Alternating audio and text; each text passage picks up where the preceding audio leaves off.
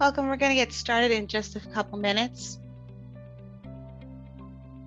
While we wait, if you want to say hello in the chat box, let us know where you're joining us from.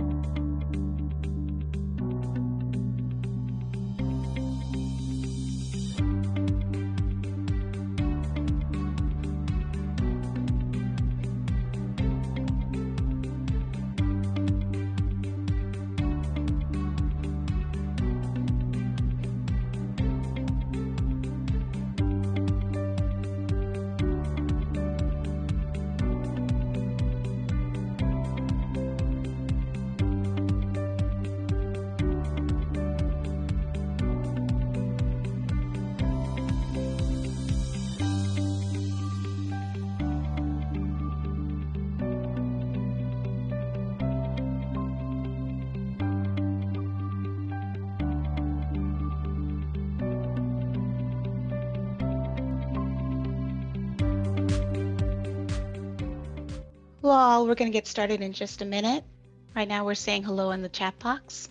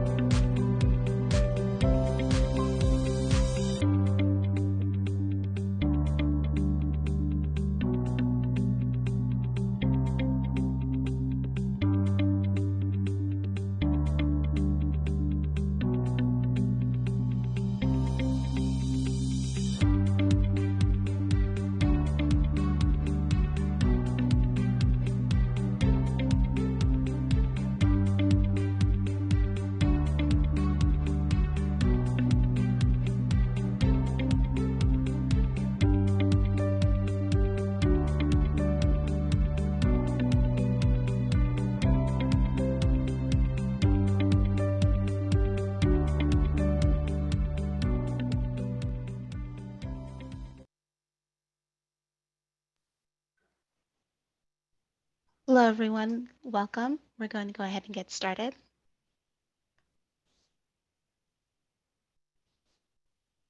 Let's turn things over to Aaron Dorkin.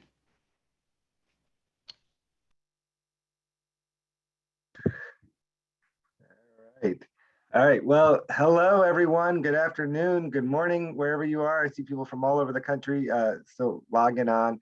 Welcome to day 2 of National Summer Learning Association Summer Planning Boot Camp. The last day of March. We're so honored and excited that you've come back.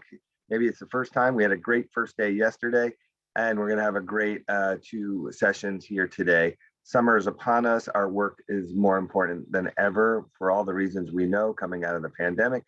And our first session is going to be sponsored by our friends at Renaissance Learning. We're going to hear from them in a moment, but we're going to be talking about real best practices and model curriculum and program partners that you could use and plug into your programs if you're doing planning right now. The title is Engaging Important Content, Incorporating Innovative Health, Fitness, Arts, and Academic Learning into your summer learning. So we have Carlos Santini from Mizzen, who's going to be facilitating. Very excited. And I also want to just kind of thank all our partners who are sponsoring the boot camp.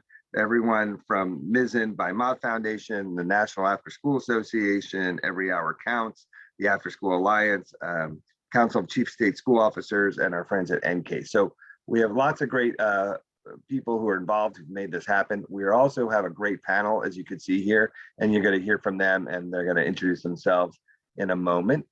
But I think we have a couple messages we wanted to share with you. First of all, for those of you who don't know NSLA, we've been around for almost 30 years.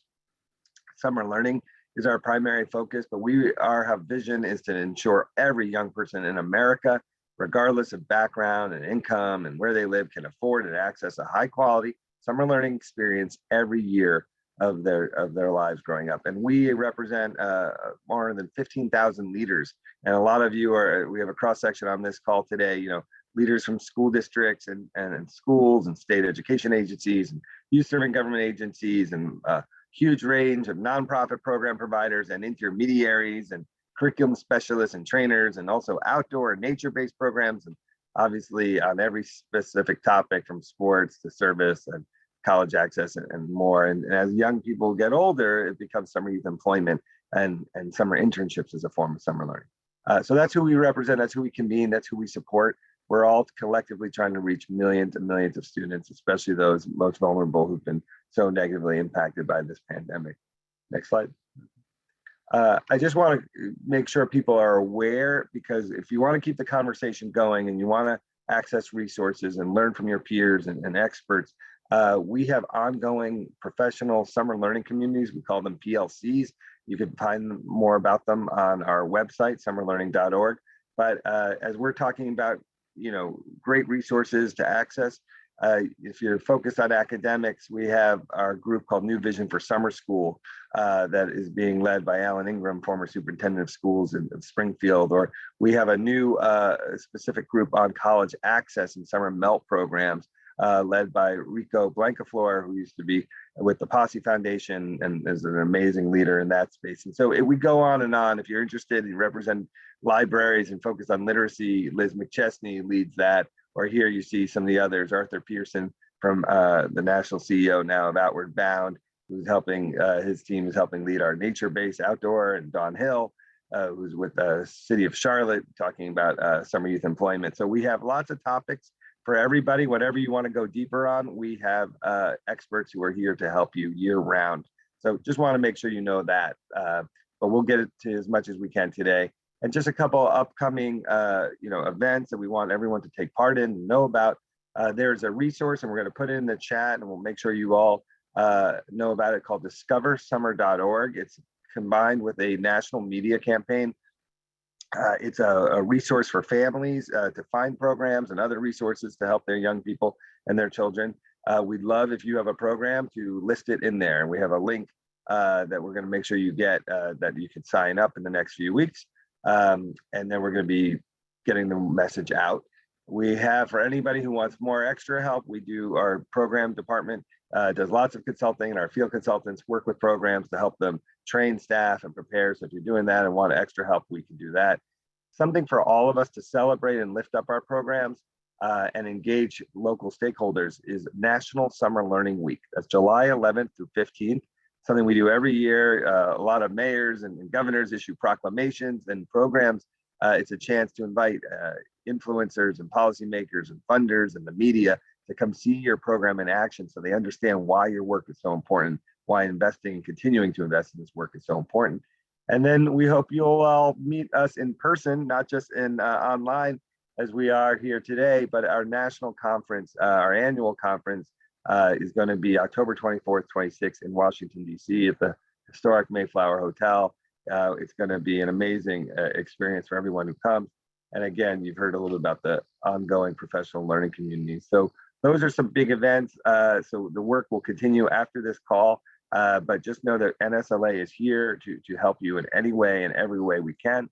And if we don't have the answer, someone in our network does, and we can try to connect you to that. Next slide. So we are very fortunate here that Secretary Cardona, he wanted to join us, but he sent this message of support. He and his team at the U.S. Department of Education know we're getting together. This is a high priority for our country and for him. So let's hear a message from him. Thank you. I'm thrilled to join you here today. Summer learning programs have always been important for our students, but over the last couple of years, they've become essential. Quality, evidence-based summer learning and enrichment programs are key to recovering from the pandemic. These programs help accelerate students' academic learning, Equally as important, they support students' mental and physical health and their overall well-being through rich offerings and a focus on nurturing relationships. That's what this is all about, relationships. Summer programs also provide engaging and fun places for students to explore their passions and grow. These programs are crucial, too, for working parents and caregivers, giving them peace of mind knowing that their children are safe and that they're learning. At the Department of Education, we believe all children, especially those who have been most impacted by the pandemic, they deserve access to high-quality summer learning and enrichment. The ARP funds provide critical resources to help make that happen. Every state has the potential to leverage summer learning programs at the local level, to strengthen school community partnerships, and provide young people with the support they need, even when school is out. We must seize this moment to do all we can for our children. We must reimagine what summer learning programs can be for our communities. No resource can go untapped. Community organizations that run summer programs have the experience, they have the expertise, and the devoted staff to help our students learn and grow.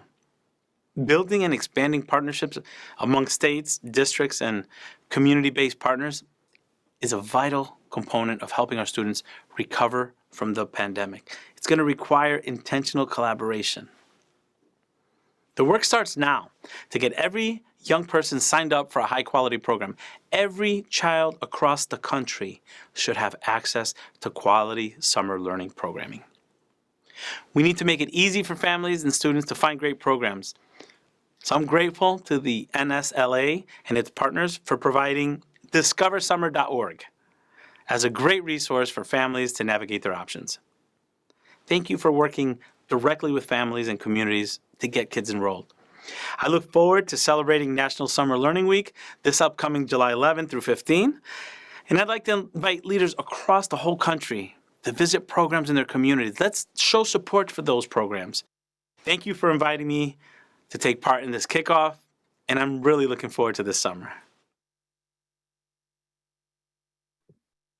Well, thank you to Secretary Cardona and the U.S. Department of Education. I think we should all just feel so fortunate right now. We have a leader who is so passionate about all our work, and focus on summer learning has moved from an issue that some cared about in our education landscape, but now it's a national strategic priority of America to help young people recover from the pandemic. And so all attention and all eyes and a lot of resources and support are in place to help us grow our impact. We are very fortunate to have today's session and our work today sponsored by Renaissance Learning. You're going to hear from them a little bit, but I think Dr. Jean Kearns from them is here, and maybe they have a message they want to share before we go to the panel. We just want to thank you all for the opportunity to be here and to be Spartan partners. We appreciate the work that's being done. I've been in education over 30 plus years now, and I've never seen so much wonderful, positive chatter about summer learning opportunities and how we can make summer a session of learning.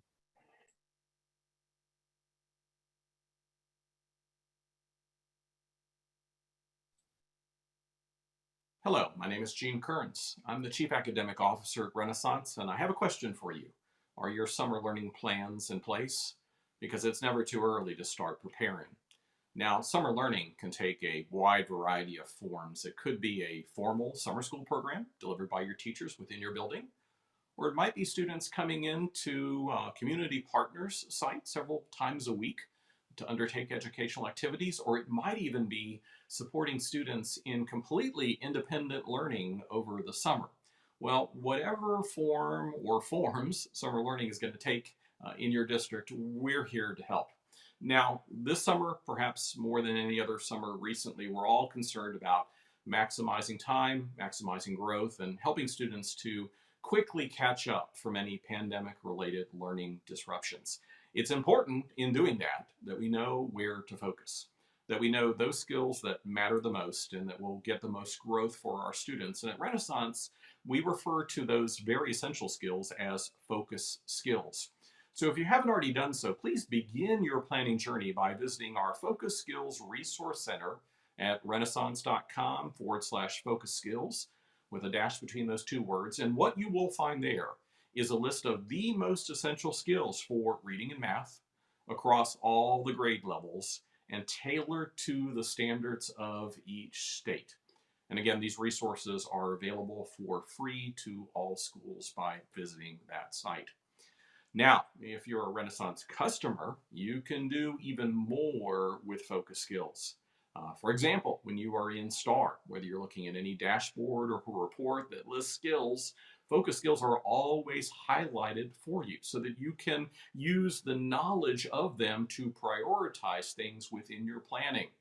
Also, too, if you were in our Freckle practice application, particularly on the math side, where we know there's been even more disruptions and more impacts in terms of student progress and growth, you can always filter to just see focus skills, which is an ideal approach to take for summer and intervention programs. And then when you finally assign particular skills to students, Freckle does some amazing things. So, for example, when you've assigned a skill, you receive feedback about how your students did on that skill that you assigned. And it basically clumps things into one of three areas. It may offer feedback that some of your students have done so well, they're ready for a depth of knowledge challenge. It may be that some students did fairly well, but they could linger a little bit longer and they need some more practice. And I think one of the most powerful feature of these Freckle Smart recommendations, as we refer to them, is the final one that says, click here to assign prerequisite skills, which appears when students have not done well with a skill that you assigned. And so Freckle in that case makes it a one-click process to either assign prerequisite skills for students who need that support, to give students more practice if that's what they need with the grade level skill that you're working on, or to assign students a more deep application kind of piece in terms of their understanding. Also, too, there's our new LaLilo practice tool, which targets early grades foundational reading skills. And all of those are focused skills because those early reading skills become the foundation upon which everything else is built in literacy. And so if you're looking for a way for your youngest students to practice those critical skills, LaLilo is a powerful answer there. Also, too, focus skills are talking about targeted instruction. And I want to say that in addition to that, don't discount the power of particularly broad reading over the summer. For many students, their reading progress stops over the summer just because their access to books is cut off. So you might want to think about our Mind digital platform, which will allow students to have 24/7 access to thousands of enhanced digital text. That can be supplemented with our accelerated reader tool that has comprehension quizzes and vocabulary quizzes on over 220,000 titles, which provides you as an educator feedback about how students are doing in their comprehension, and maybe even more importantly, provides feedback to students about how they are doing and how they are progressing against particular goals that you might work to set with them. So to check out all of these resources and all these options, there's an easy way to do that. Simply just visit renaissance.com/summer. All right. Well, thank you, Gene, and thank you, Renaissance, and thank you for the free resources and all these resources you're sharing. That's one of the goals of this whole 2 days, is to just give lots of different resources and tools and get them into the hands of the people running and planning programs. Yesterday, just for context, we built, we had a session on what the data is telling us. We had leading experts around the country talking about what the evaluation data is saying about the effects of COVID on kids. We followed that up with a session about student and staff recruitment and how to build great relationships. And now we are going into the kind of the deeper dive, nuts and bolts. If you're planning a program and you need different components and curriculum components and partners, we want to make sure you have them. So let me turn it over to Carlos Santini. He's a longtime friend of mine and a collaborator in this field. He's an amazing national expert and resource on youth development, having spent decades with the After School All-Stars. And now he is at the Mott Foundation running their Mizzen by Mott initiative, and just a gift to the kids of America. Carlos, that's how I feel about you. Why do you take it from here, introduce yourself in the panel? Thank you. Yeah, it's very kind. Hopefully y'all can see me and hear me well. Thanks, Aaron. Yeah, we go way back. And look, for this session today, I want all of us to get comfortable. You know, if you're on the East Coast, grab your little water. And if you're on the West Coast and you're working on your second cup, you know, just get comfortable, because that's the environment we want today for all of us, is to take in this great conversation. And let me just say, I mean, we're coming together with NSLA and all of you during one of the most pivotal summer planning seasons that I can remember. I remember when these investments came in last year, and the thought was, what is summer 2022 going to look like with the longer on-ramp? So here we are, very, very critical moment. So thank you for all of you for joining us. And particularly for today, you know, summer can take on many different forms, but we're going to focus on the role that the arts, health and wellness, and academic support play a part in summer 2022. So just kind of prepare yourself to look at today's time via those filters.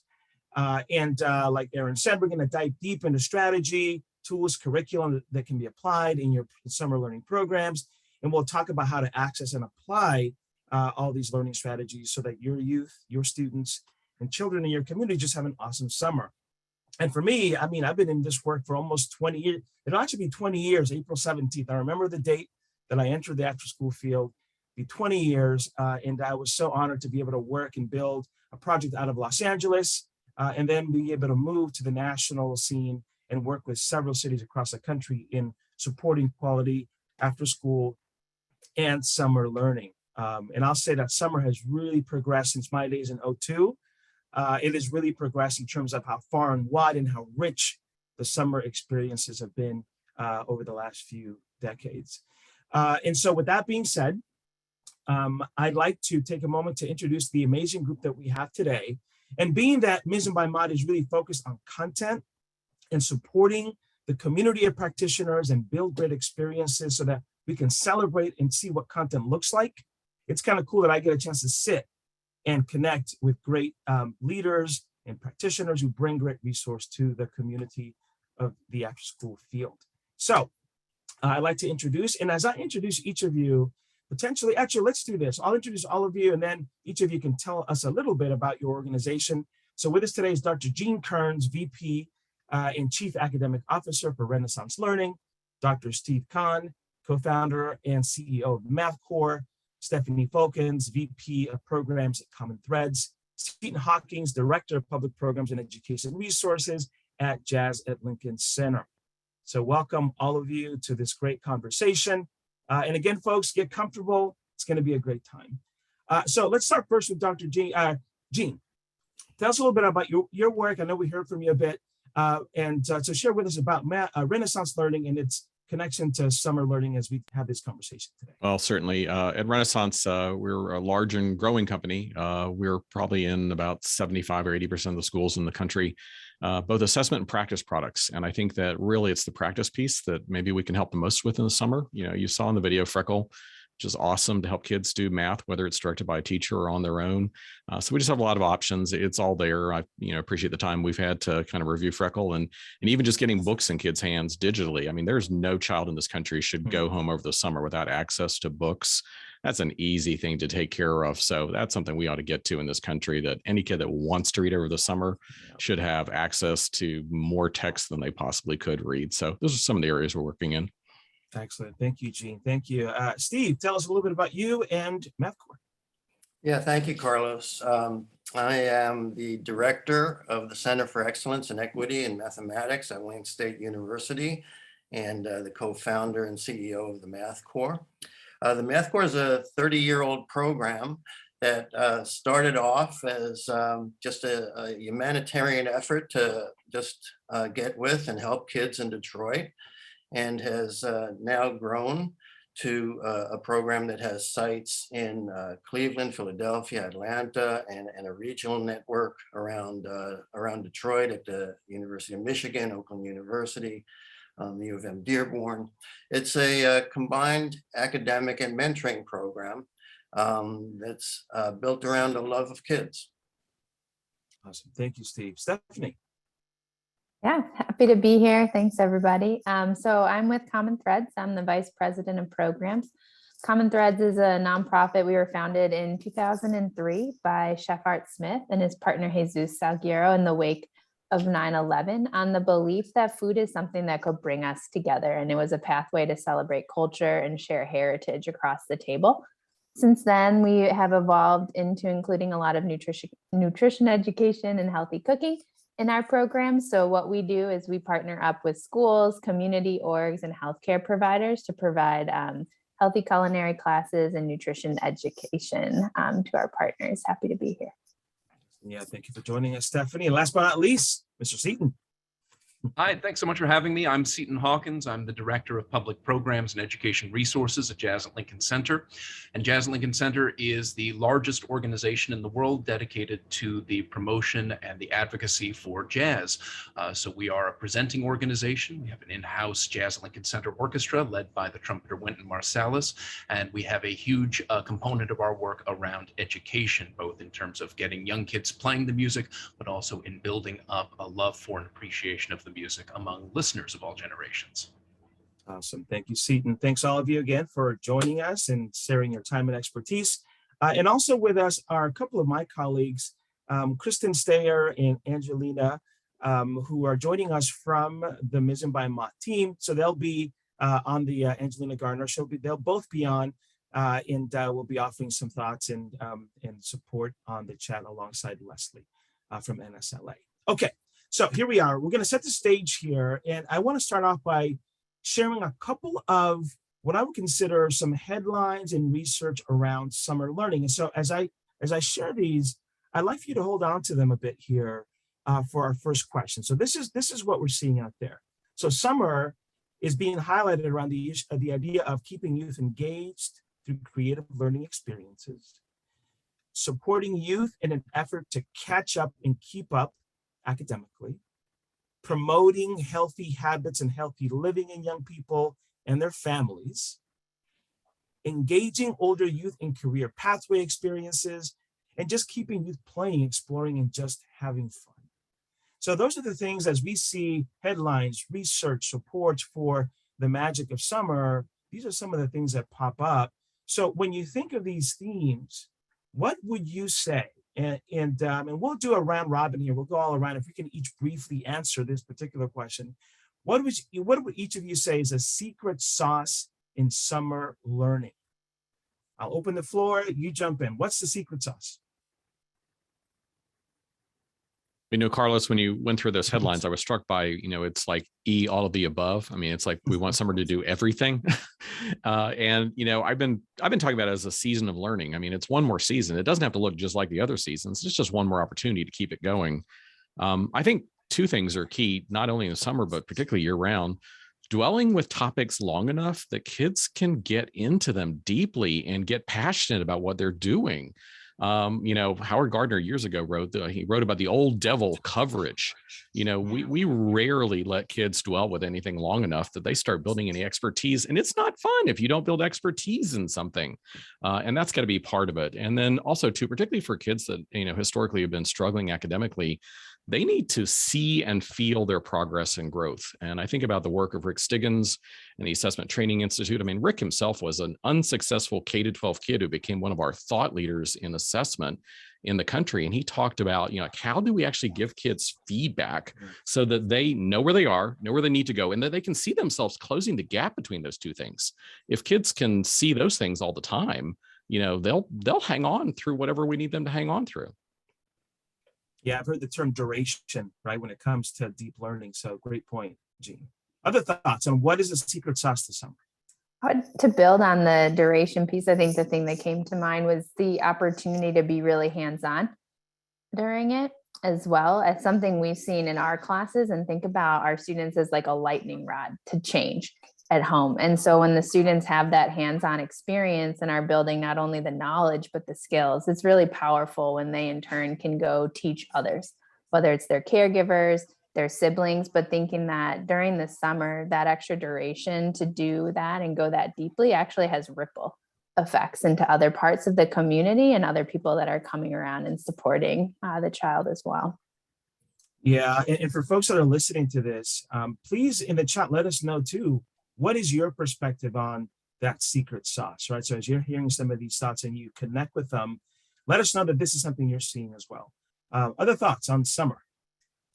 Yeah, when I think about, our secret sauce in the math core, I think if you were to ask a bunch of kids in the math core, what's the math core about? The first thing they'd say is, well, it's not about math. Right. And you'd hear all kinds of things like family and caring. So I think the secret sauce in the math core is that we actually articulate loving and believing in kids as a central philosophy that everything else follows from. And in terms of, what it is that follows from that, there are these secret sub sauces. I don't know if Stephanie would approve of such a thing. I don't know if there is such a thing, but there are these sub sauces. So for example, if you love and believe in your kids, then what's your homework policy going to be? What do you do in assembly every day? What does your lunch look like? What's your dress code? Every decision, every practice is seen through that lens. And so, just a couple of quick examples. If you love and believe in your kids, then you see them as beautiful, and you message that constantly, every day, every minute, so that you accept them for who they are. That's a powerful thing for kids. And so when you walk into the math core, there's a sign. It says, "Welcome to the math core. Please remove your mask." And that's powerful for kids to understand.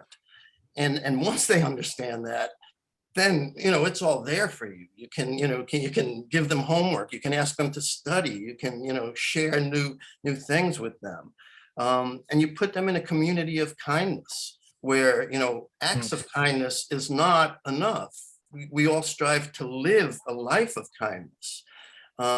And I guess the last thing I would say is, if you love and believe in your kids, then you empower your kids. And so the math core model revolves around kids teaching kids.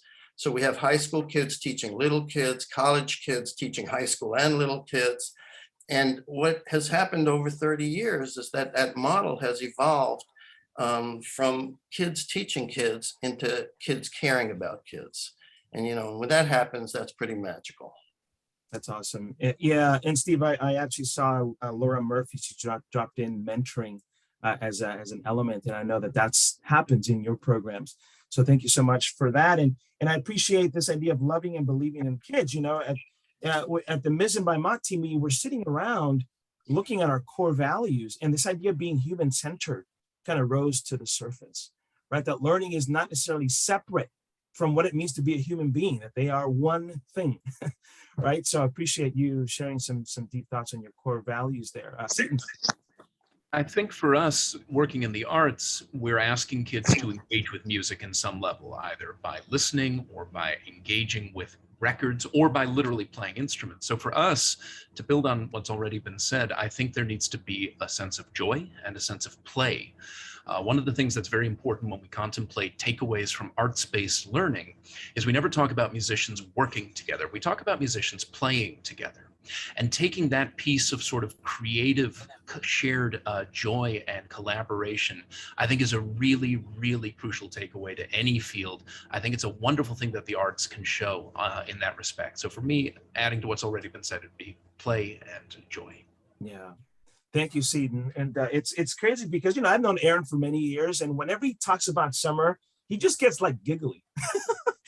He enjoys it. I mean, when I found out he became the CEO of the National Summer Learning Association, I said, great fit, because he has such a just like joy around what it means to learn during the summer months, that it was such a great fit for him and in SLA. So I appreciate you sharing that. And Seaton, I'm glad you went last, because this next question, we'd like for you to kick it off, which is, how can summer learning introduce young people to new interests and passions? And the reason why I thought of you is that, you've been doing this work around promoting and presenting jazz to youth and communities around as something more than just music, and as something more than just it's for musicians. So when you talk about introducing young people to new interests and passions in the summer, what could you speak to around that? Sure. So one of the things that I think we're going to be able to show a little segment from in a short while is we've had the opportunity at Jazz Lincoln Center to actually collaborate very closely with Ms. and Mott and create lessons that are specifically focused into the after school space. So when we think about that component, one of the things that I would think is crucial is to not look at any topic as a silo unto itself. And I think the arts are, again, a nice opportunity because they often get put into a silo. But if we think about what, say, the arts can offer us, specifically, we're going to go with jazz because I work at Jazz Lincoln Center. That's what you do. Let's think about what a jazz band does. Well, they're going to create music in real time with one another. So what do they have to do? They have to listen. They have to celebrate one another. They have to accept opposing musical viewpoints and find a collaborative goal together. They have to be ready to step back and support one another, and then be ready to step forward and take a solo to tell the world who they're about. They engage with a style in jazz that we call blues expression that is both happy and sad and joyful and sorrowful. All of these things, the much more complex gamut of human emotions being held together at the same time. When we think about those aspects, I think how they start to tie to other fields of personal development, of community development, and of other fields of study, it becomes very, very clear. And I love that aspect about summer learning, that there is that opportunity to take that step back and think creatively about how given fields that might not immediately link to one another actually can link very deeply. Arts and math, obviously, jazz, US history, jazz and social studies, all these different things are very much touch points for developing a much more robust understanding of a topic and of the self and of one's immediate community. Awesome. Thank you, Seton. And if you want to know more about that particular content, and much like Jean, I appreciate Jean sharing Renaissance lessons for free. You can actually visit mizzen.org. And if I can have Kristen maybe drop in the URL and sign up and then start accessing Jazz at Lincoln Center resources today. Right. So I really appreciate that. Seton, Stephanie, on to you. You and I, we've been doing this work together for many years in bringing nutrition education to after school programs all over the country. So how has this idea of helping people find new interests and passions during the summer months, how is this connected to the work you've been doing around nutrition education? Yeah, it came up in the chat, and then also to play out something with Seton. I think thinking about, we see culinary as a way for students to have different on-ramps, whether it's through the cultural piece, whether it's through the math that's in cooking, whether it's through the science that happens when you're sauteing something on the stove, and being to dig in through a lot of variety of ways. But the piece in the chat that someone had mentioned was this freedom to fail, that's not always something the students have the luxury to do or the privilege to do in the school year, given some of the high stakes environments that happen. And so something we found, whether it's after school or in summer, our students have been really gravitating towards the flexibility in cooking. Can I try this? What happens if I double the herbs? Also, consequences can be fairly quick. I've had groups where they didn't read very carefully and they put too much salt instead of the sugar, or they flip-flop those in their dish. They had to get some food from a different group that followed directions a little bit better. But I think the piece about why summer can be this powerful thing in introducing the passions is it can introduce it in a way that is exploratory with lots of room to fail and learn from those failures and feel okay about it and understand that's part of the creative process, that the experts, the people, we always tell them, the chefs you've seen on TV have failed a million times, have made a million bad dishes. And that's all part of who they are and how they've gotten to where they are. And that's okay. So I loved that comment that had come up in the chat. Yeah, great insight. And I've tasted the consequences of my 12-year-old's cooking, so I know. Jean, Steve, anything here around this idea of discovering new interests and passions? Well, I think, when your subject is mathematics, you've got a lot of work to do in terms of generating interest and passion. You first got to get through breaking down hate. But as I mentioned before, we cheat. So I'm not the guy that's going to introduce math to kids. It's going to be a high school kid that's going to introduce math to a younger kid. And that seems to work pretty well. we do, we do have other ways. And I would say that in terms of mathematics, we don't run away from it. So we show kids, we present math as cool. Math is beautiful, as it is, not applied to engineering or not applied to physics. No, mathematics is beautiful. And kids can see that. The summer learning for us, provides an opportunity that you wouldn't have in school. We run from 9:30 to 2:30. So every child in our program actually gets two kinds of mathematics. Everybody gets the basics. So of course you're going to learn about fractions and decimals, but every kid gets what we refer to as ice cream. So there's broccoli and there's ice cream, and every kid gets broccoli and every kid gets ice cream. And ice cream for a 7th grade kid could be studying infinite series, which is, part of calculus, but brought to their level. And it can be exciting. And then of course, as Seaton mentioned, these connections, that math has with everything. So we do offer part of the day as afternoon activities that are more hands-on, and kids get to do art, and they get to engage in music or in science or in robotics, because math connects to all of it. And then finally, games are always good too. We try to keep the games intellectuals, like chess, Mancala, things of that nature. Yeah, I think you and Stephanie need to do a math cooking program with the broccoli and ice cream reference. So, Gene, thoughts on this before we move on to our... No, I think it's what Seaton said about the connections. Yeah. I mean, there's not a domain that we have that isn't connected to other domains. And a lot of times kids don't realize the relevance of what we're doing. I remember years ago, there was a study where 75% of the public thought they didn't use algebra. And it led one district to start eliminating algebra, which was crazy. The whole point was they do use it. They use it, but they don't know that they're using it.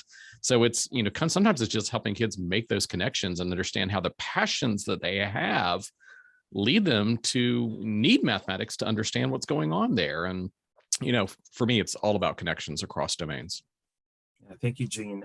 This next question, Gene, if you can actually kick this off, in what ways does summer learning help kids recover academically, reinforce concepts, and prevent summer slide? I know that for Renaissance Learning, you emphasize this idea of focus skills, and you describe these as the building blocks of student learning. So can you share more about this and its implications on how we should approach summer in 2022?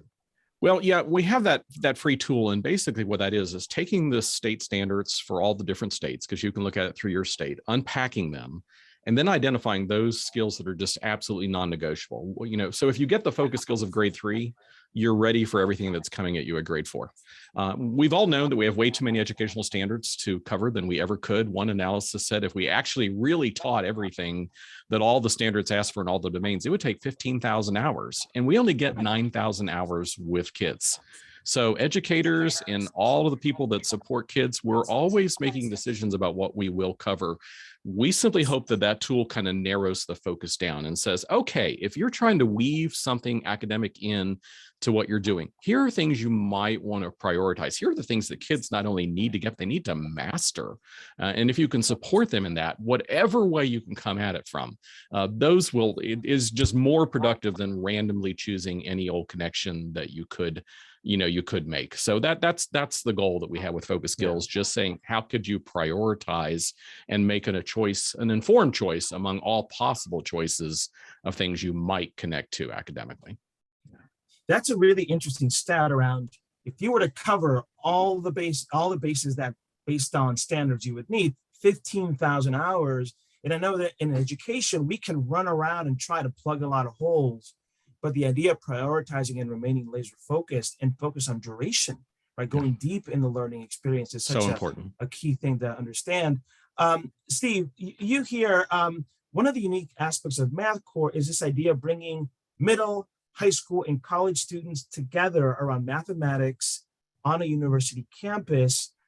We know that for summer, the setting and the learning environments play a big part in how youth look at learning. Can you share a little bit about how this idea of a learning environment in different spaces, how that contributes to how young people learn in the summer? Yeah, well, sadly for us, almost all of our kids come to us years behind in math, years behind. And so we approach this in terms of mathematics as a crisis. And we don't see ourselves as being a supplemental program or supportive of what's happening in K-12. We see ourselves as it. We have 6 weeks to do something incredible for kids. And we play with urgency. We are radical.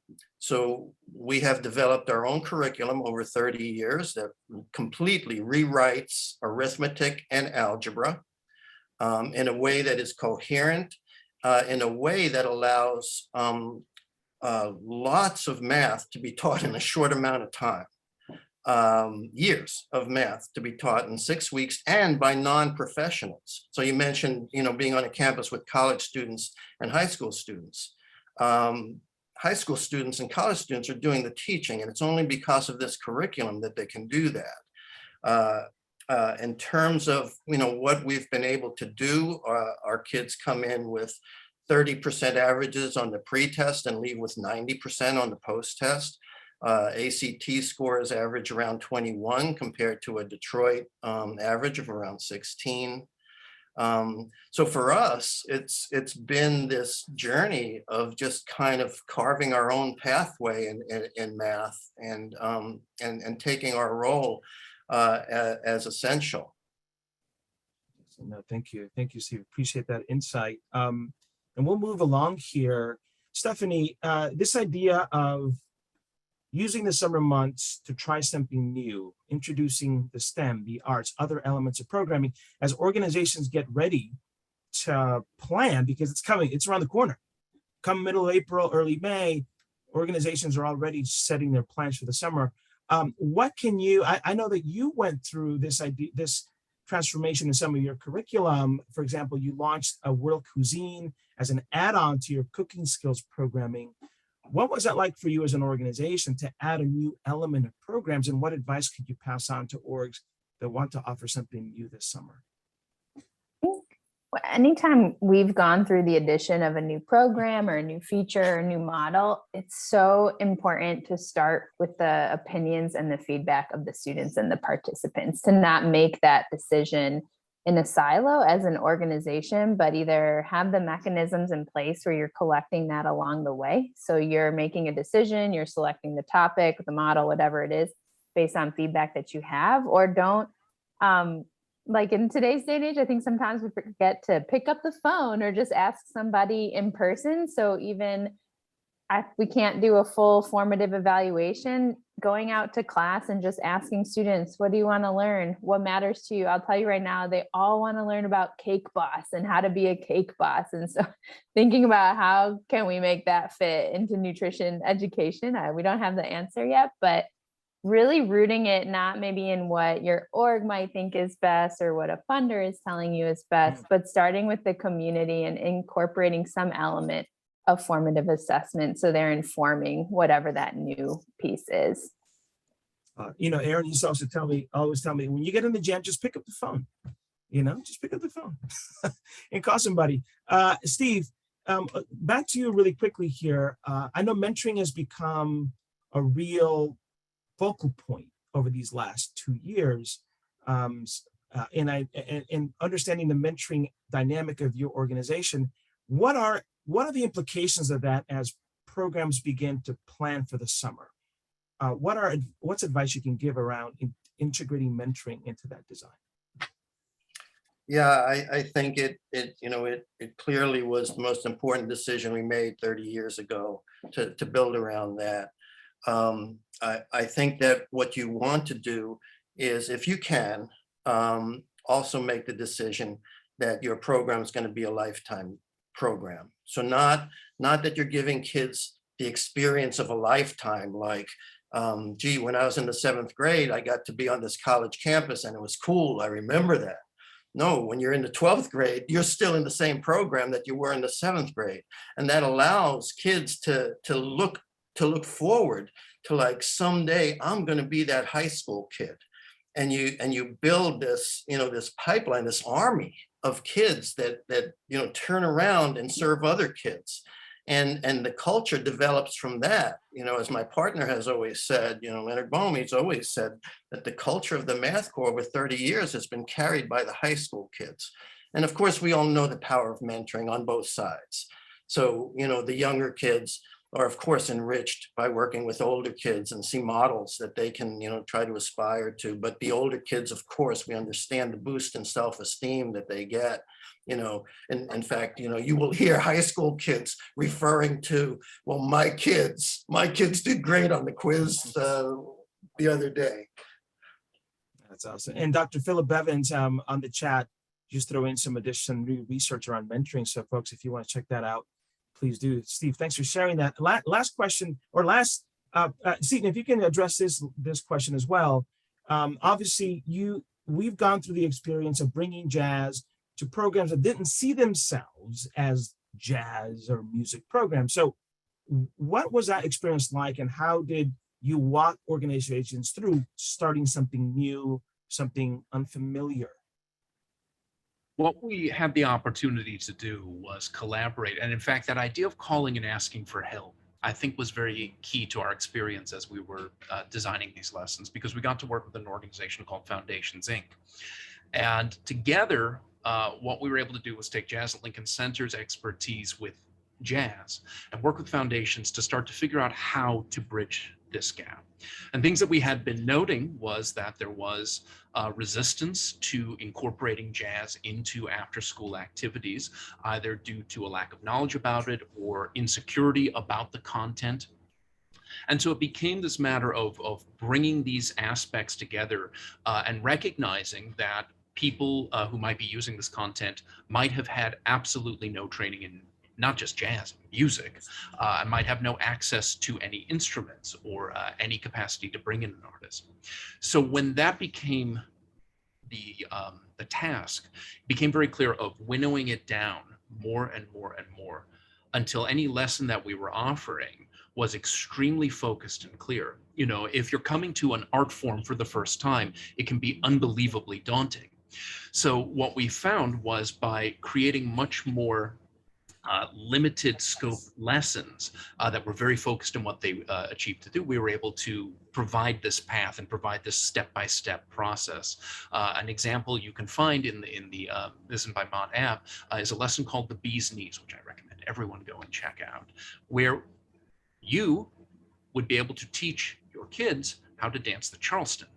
So why would you do that? One, it's fun. Two, adorable video footage is possible if you do this.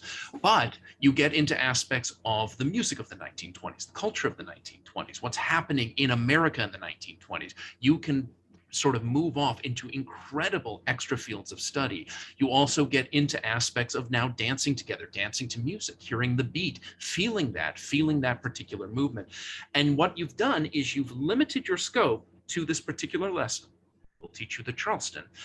But now you can pivot it into spaces that and you can make those links based now on your own expertise, and you've given the space for students to explore and to dive into it further as they might like.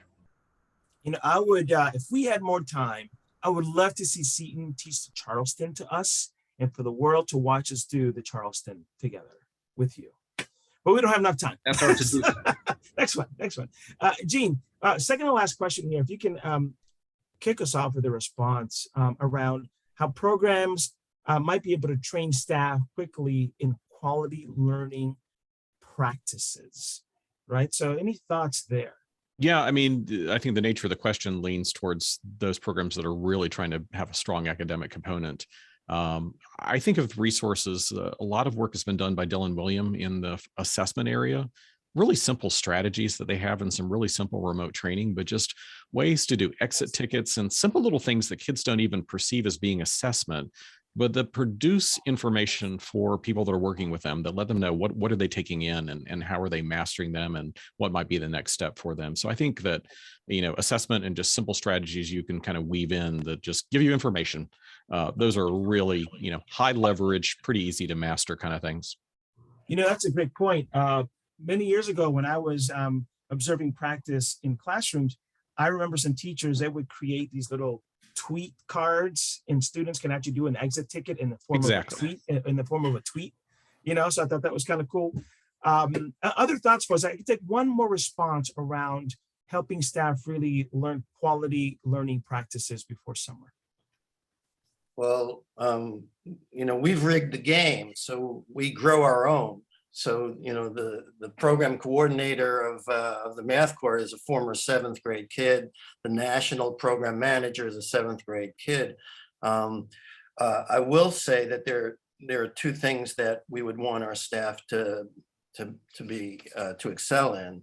One is, of course, loving kids, and we don't take that for granted. We actually teach that. How do you show love? We have a document called The Heart of the Math Corps that describes, here's what you do to show love to a child. And then, of course, there's the mathematics. And it helps that 90% of our staff have been kids who have been immersed in both.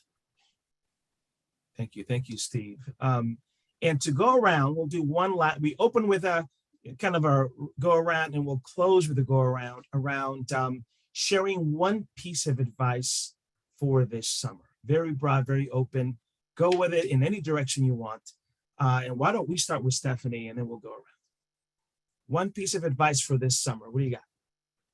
I mean, have fun. I think it's going to be really exciting, hopefully, to be back in person and be together and have a room full of energy again. And then the other piece I was thinking about is use this time now to start engaging participants early and often in the planning stages. I think when we've been talking to schools and students, they're thinking about it. Everybody's ready to get going. So, thank you, Steph. Let's keep it going. I think I would say, don't be afraid to use the word love in what you do. We can love our spouse, we can love friends, we can love our parents, we can love pizza, we can love the Detroit Tigers, we can love our kids. And secondly, I guess I would say have faith in your kids, and share, as much of making a difference in their lives with them as you can. Thank you, Steve. I would target my comments to, particularly educators that are coming in and doing this, to tap into what you all are all talking about, the passion. I mean, forget about the accountability, forget about all the pressures that are specters throughout the year.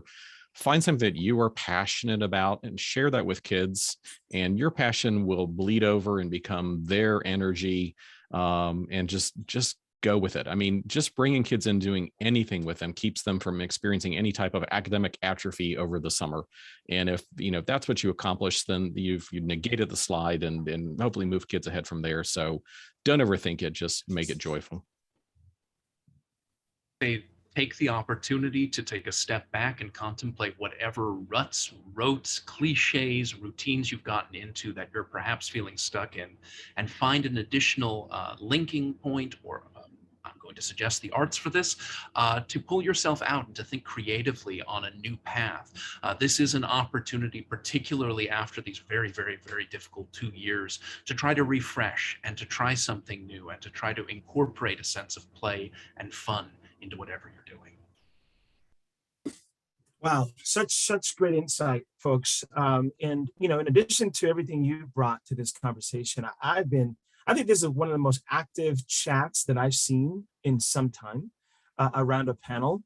To see just folks engaged, really vibing, like my daughter says, right, vibing with what you are all sharing about today, because it's authentic. And I think this is a moment, when we think about these past 2 years, I remember a wise piece of advice that a friend of the family once told us is, don't waste your pain. And we've been through some pain these last 2 years.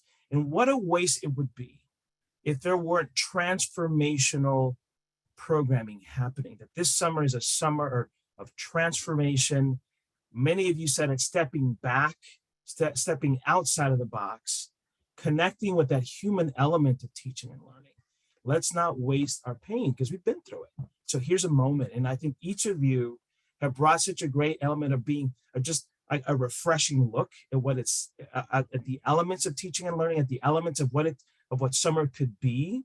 And I love how you've blended both enrichment and academic support under the flag and under the banner of just being human beings and understanding we have essential needs behind how we learn and who teaches us. And by the way, and someone said it earlier in the chat, it's not just about young people and students this summer, it's about staff.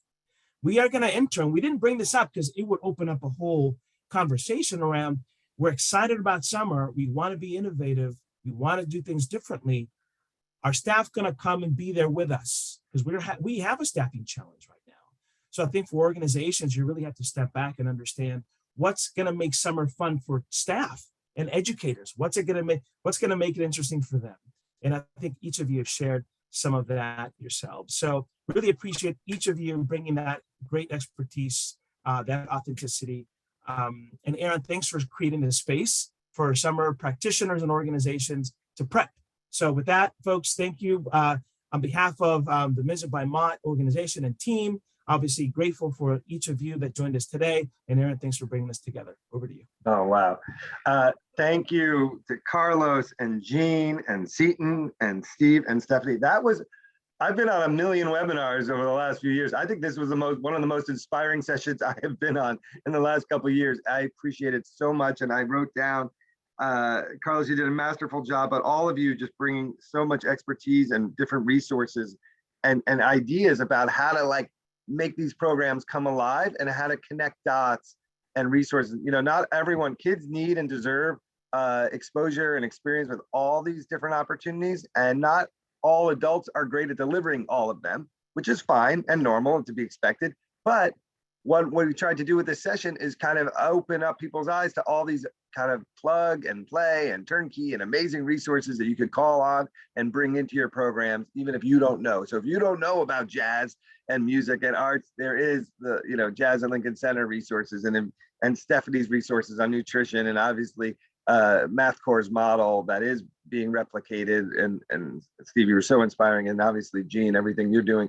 especially on the academic side. And Mizzen is a place that brings a lot of these resources together for free, so people can access that, and you can figure out how to build those into your planning. And I wrote down what you said, Steve. Yeah, everyone had great lines, but this loving and believing in kids is key, and then everything follows and flows from there.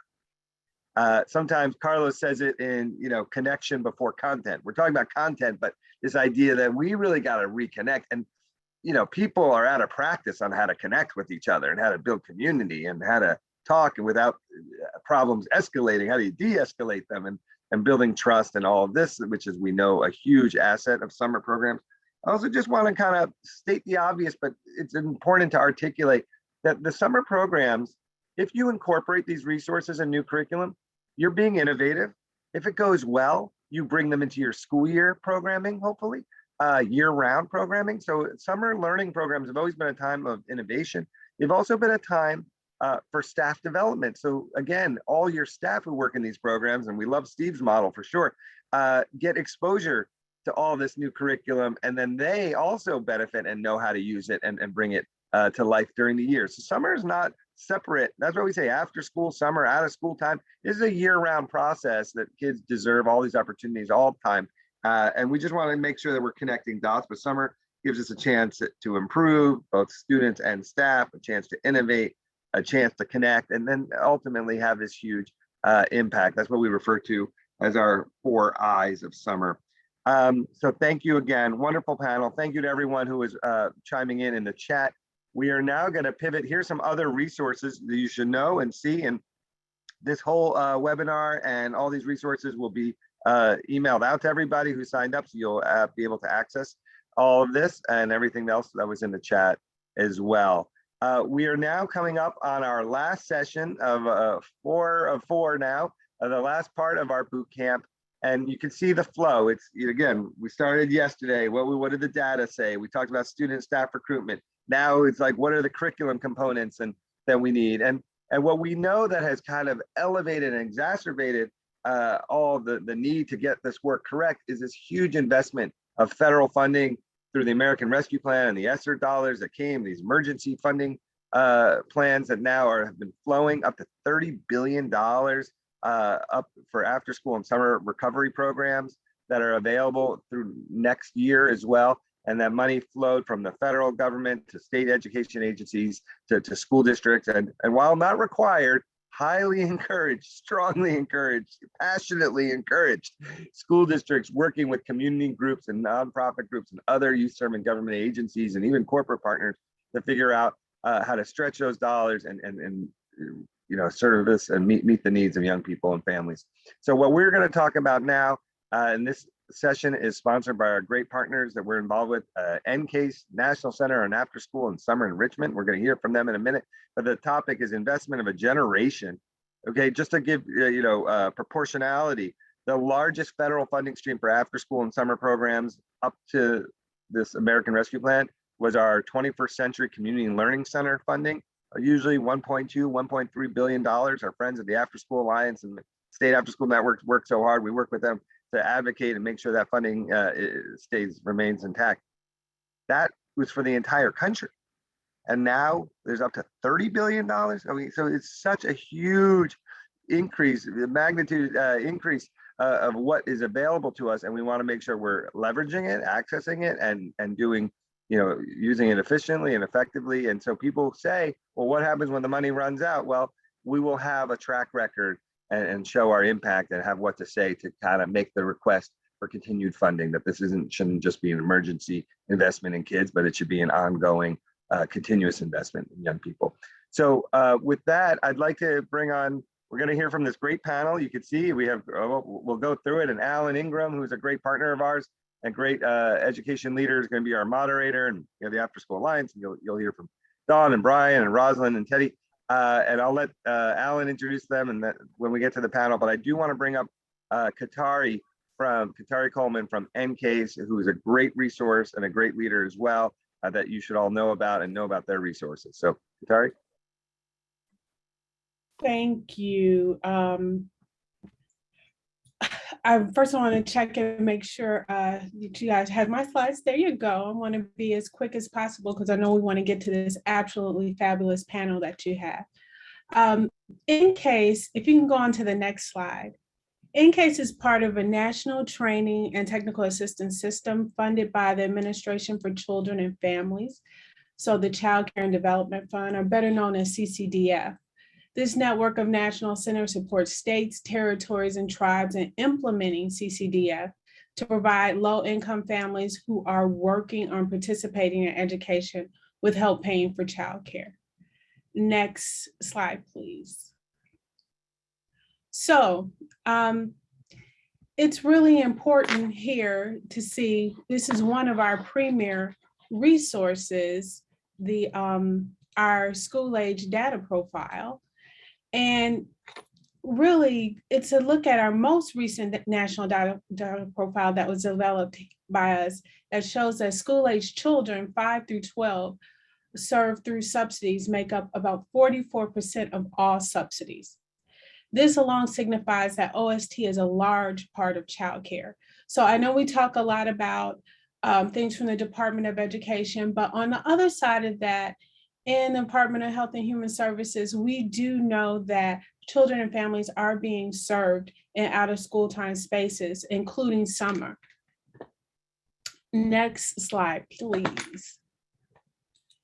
And so partnerships.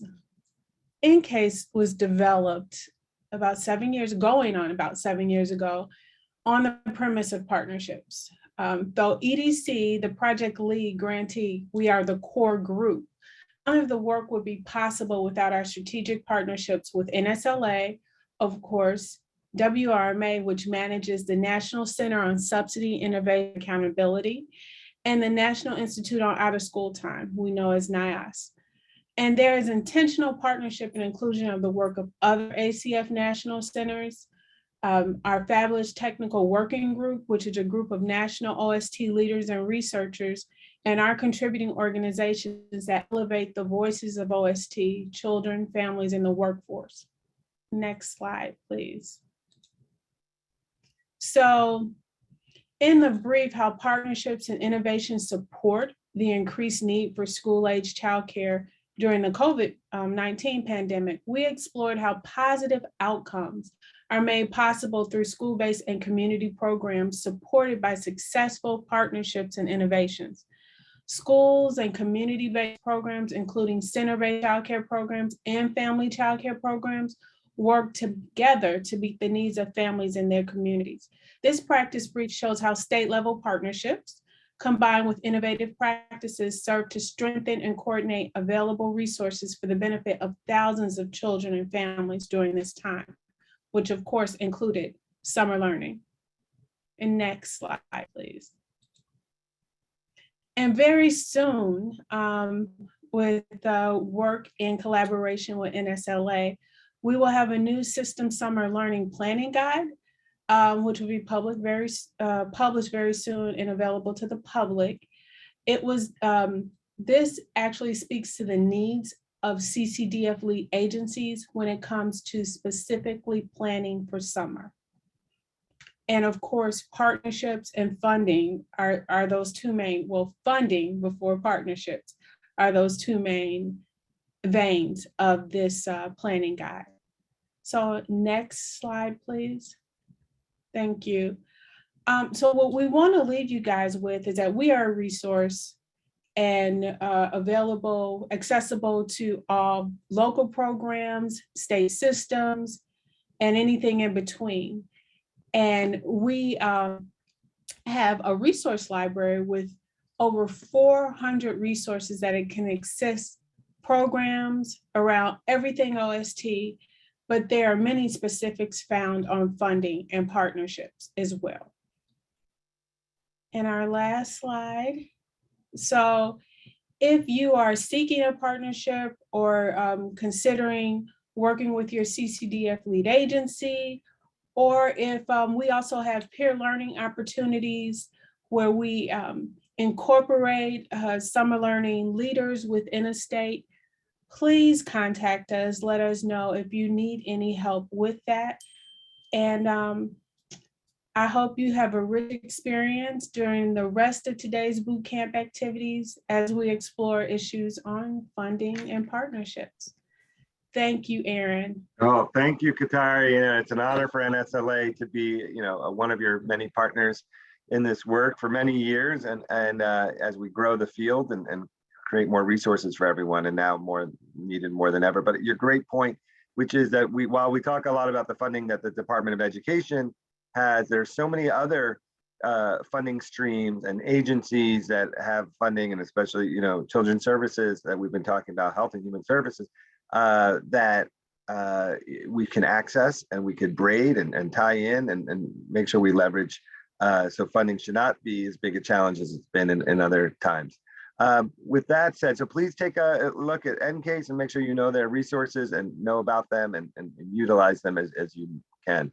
I'm now going to turn it over to Alan Ingram, who we're very fortunate also is connected to NSLA as one of our field consultants, and he helps work with a project we have where we coach and work with state education agencies, and he's both worked at the Massachusetts Department of Education. He was also a former superintendent of a school district, and he was also in our military, and he's had a long, illustrious career. Now he does what he's passionate about and helping folks who care about kids. And so we're going to be talking about, again, government resources and how to partner with government agencies and entities and as well. And I think he has a lot of experience, and the panel he has a lot of different experience and insight to share with our audience. And I know it's a big topic. So I'll turn it over to you, Alan. Welcome. And I'll let you welcome the panel as well. Thanks, Aaron. I appreciate the introduction, the kind introduction. And again, so glad to be with you all today. Really excited about bringing our panel discussion to you, and hopefully what will be a conversation about how do we access and leverage funding and partnerships in a way that's smart and helps us sustain the work and the effort that's going forward. Aaron mentioned that, again, former deputy commissioner at the State Education Agency in Massachusetts, a former superintendent, but very passionate about the work of serving districts and communities, and looking forward to our conversation today. So I just want to take a moment to frame the conversation before we get into the panel discussion. And blind flash of the obvious, I think it's clear to everyone that summer learning matters. Policymakers and funders at all levels of the organizations we serve are aware of the impact on summer learning and are making big bets, big bets that it will be a key strategy to helping young people in the wake of COVID-19 and the crisis that we've all seen over the last couple of years.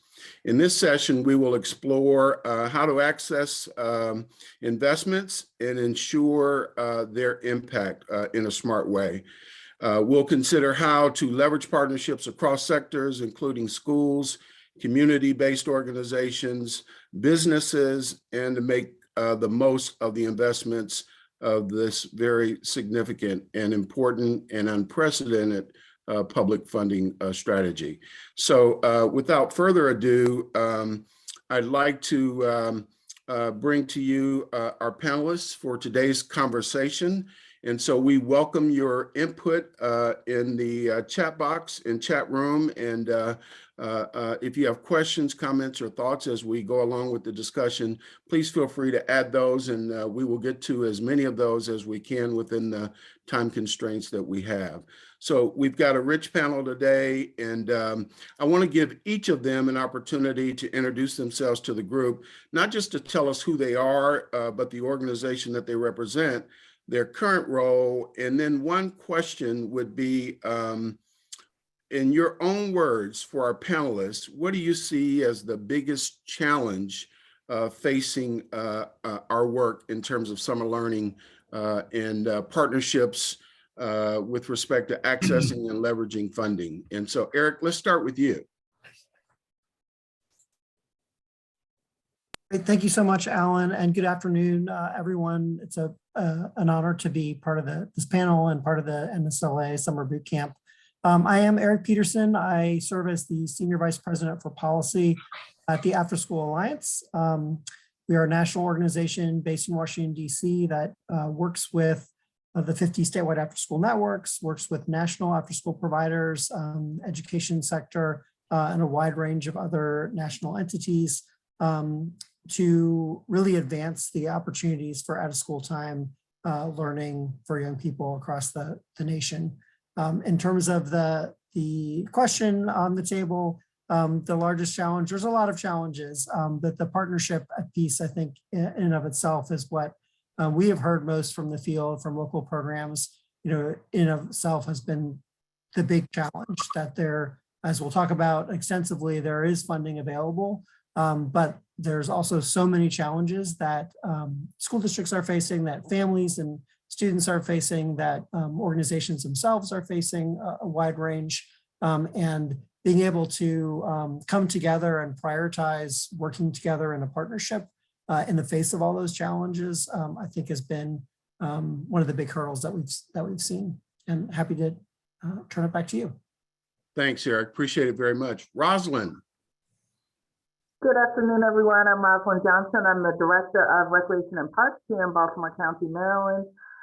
Happy to be here. Have worked in various jurisdictions as it relates to recreation and parks, and have served on our board for both National Recreation and Parks, and will soon be on the board for Maryland Recreation and Parks Association.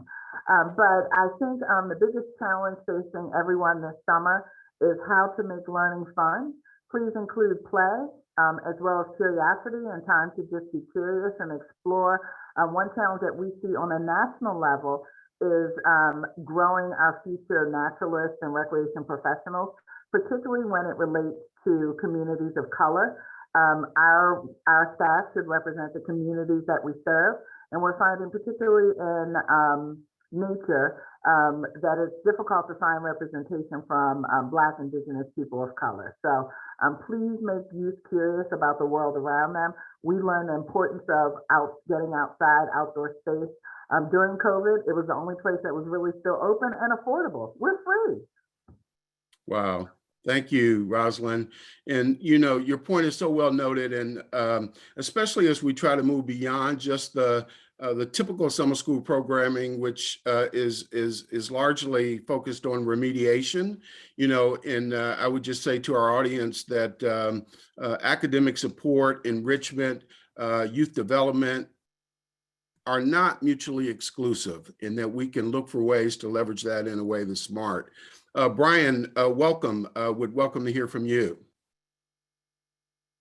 Hello, from New York City. My name is Brian Bannon. I am the Merrill and James Tisch Director at the New York Public Library, and in that capacity, I oversee the circulating libraries for NYPL. We're the largest public library system in the U.S., and I'm a career librarian. So I worked in Chicago and New York and San Francisco, Seattle, a variety of cities working on library work. And summer is among the most important times of the year for us. I think one of the big challenges, I don't know if it's how we look at through the funding perspective, but as we're all looking at bringing back our library users in person, many libraries around the United States have just begun that process. And we've really lost 2 years of engagement with our patrons. And when it comes to the summer slide, and beginning to look at the role that we're going to play in combating summer learning loss, as well as, you know, COVID learning loss, you know, the number one challenge we have to face is re-engaging with those children and families that we did not have a strong touch point with over the course of the last couple of years,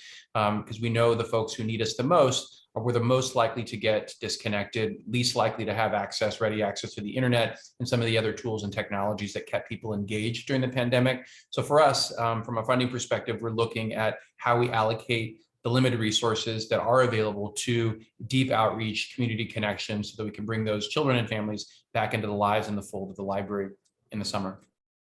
And the biggest challenge, Brian, that you see for us going forward, how would you describe that in a word or two? Just as I said, that I think it's the re-engagement of those that we've lost over the last couple of years, and how we bring back the habit of library and into the lives of those who have lost that habit in terms of supporting them in their learning in the summer months. Great. Thanks, Brian. We also have Don and Teddy trying to look from the local lens, and Don at the Arizona Department of Education. Please share. Thank you. Before I introduce myself, wow, what a great first session that we had. And I'd like to thank everyone involved in hosting today's boot camp for extending the invitation to the Arizona Department of Education. I'm Dawn Fitzhugh, and I've been in the education field for over 15 years. And I recently stepped into a new role created at the Arizona Department of Education as a summer learning coordinator. Previously, I was an education program specialist for the 21st CCLC, and it's an honor to be able to be here today to share with you how Arizona is supporting summer learning. One of our biggest challenge in our work is not just simply checking off the boxes for each task that's being completed, but really that leads to working in silos, but really to build across the different organizations to have an optimal impact on students. And it's important to address and anchor these elements to ensure equity for all students. Hear, hear. Thanks for joining us, Don. And Teddy, down at the district level, welcome. Glad to have you. Please introduce yourself to our audience. Thank you. Thank you. My name is Teddy Armstrong. I'm the 21st CCLC District Coordinator at Cottonwood Oak Creek School District. Cottonwood Oak Creek School District is located in Cottonwood, Arizona. Cottonwood's a beautiful community in northern Arizona, south of Flagstaff and Sedona, if you've ever heard of that area. Prior to my current role, I worked on the ground as a site coordinator at Oak Creek School.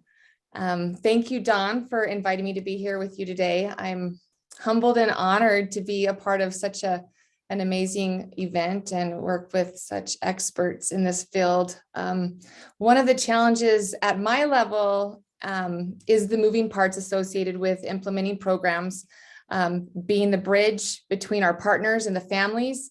And most important, I feel finding ways to make those lasting impacts on our students, making memories, building the child really is. Great. Thank you. Glad to have you. So let's jump into our conversation. We've only got a limited amount of time. And Eric, I'd like to go back to you with this first question. And all of you won't necessarily have to respond to every question, but we'll have time for you to weigh in appropriately, others who may have sentiments. But for the first question, Eric, what's the landscape now for funding and summer learning from your perspective at the After School Alliance? Thanks so much. So Aaron sort of referenced it in the intro, but we are at a historic time, and I'll try in this answer too to answer one of the questions in the chat around this as well. But really for this summer and really the next 2 summers, the federal COVID relief available through the American Rescue Plan specifically set aside use for summer learning and summer enrichment at the through the elementary and several different capacities. So the Elementary and Secondary School Emergency Relief Act through the American Rescue Plan, that's the funds Aaron mentioned. That's $1.2 billion solely only for summer enrichment that goes across all 50 state education agencies, sort of a set aside that they have that they can use to run a grant program. They can use by giving directly to districts. They have a lot of flexibility, but the funds really are for summer enrichment. Not necessarily to address learning recovery, but there is a separate $6.2 billion pot specifically for learning recovery with evidence-based summer learning programs called out specifically as part of that. And then of course at the district level, local school districts got a set aside that works out to about $22 billion nationally. So that's, add that all together, you get close to the $30 billion that Aaron mentioned. But that at the district level is for learning recovery strategies, including after school or summer learning and summer enrichment. And actually school districts can use all of their ESSER funds if they so desire. There's no allowable use for the summer funds as well. But there's actually more. So the state and local fiscal recovery funds that were in the American Rescue Plan, again, that passed about a year ago, that's about $350 billion with a B that went to every state, every town in the country, every city and every county, as well as every tribal organization. And that goes to the Department of Treasury. Those funds, unlike the education funds that will have to be spent with the waivers by about 2024, a lot of those city municipal funds and county funds go all the way through 2026. So a little bit more runway there. But summer youth programs and even summer jobs programs are an allowable use of those funds. And then as Katari mentioned in the intro early from NCASE, there's also childcare funds. So those, while a portion of those could be used for 0 to 5, school age up to age 12, 13 is allowable for those funds as well. And there was separate childcare funds in the American Rescue Plan, about $39 billion. So a tremendous amount of funds. The challenge really is navigating that, figuring out what as an entity, as an organization, whether you're a community-based, nonprofit, park and rec, library, school district, what you're eligible for, where you can partner with another entity, maybe that's eligible, and sort of navigate that. And I'll just say that's on top of the normal federal funding for after school and summer, which is always around. So the 21st Century Community Learning Center programs that we'll hear more about from in Arizona, but also Title I Part A that every school district gets, that can be used for summer. Things like the summer meal program, which again is for the food component of the summer program. So a lot of, a large landscape, I think is the short answer. No, I appreciate it, Eric, and thank you so much. And certainly to say, I think it's fair to say that there are unprecedented funding and dollars that are available. And as such, I think it behooves all of us to think about, how do we think about that investment smartly and to make sure that at the end of the investment time period, we've got evidence to demonstrate the value of the investment for our efforts. And we'll talk about that a little bit more later. Rosalind, any reaction as we think about the $30 billion investment? You heard Eric allude to the many facets of it earlier, but I'm just wondering from a Parks and Rec perspective and the landscape going forward, any thoughts or reactions? Absolutely. So there's several opportunities. One for us As a Recreation and Parks Department or Recreation and Parks Departments throughout the country, there are about 10,000 Recreation and Parks Departments across the country. We are the second largest provider of out-of-school meals in the country. We're second only to schools. So when you're thinking summer meals, don't necessarily think of only schools, because you can partner with your local Recreation and Parks Department, and we could help provide meals free of charge. It's through the federal program to service providers. So that's an opportunity. That's 18 and under, and that's for children who are registered or not registered in our program. So it's open to everyone. We are taking advantage of the money too, but we're good partners for people to partner with. There's also the Social Vulnerability Index through the CDC, which targets certain communities to specifically work with. And then there are qualified census tracts with the ARPA money. And so it's very easy to make a case to work with a qualified census tract. For example, waterway access might not be in a qualified census tract, but you could look at the closest waterway access to a qualified census tract for your programs to be able to qualify. We are probably the cheapest deal in town for field trips.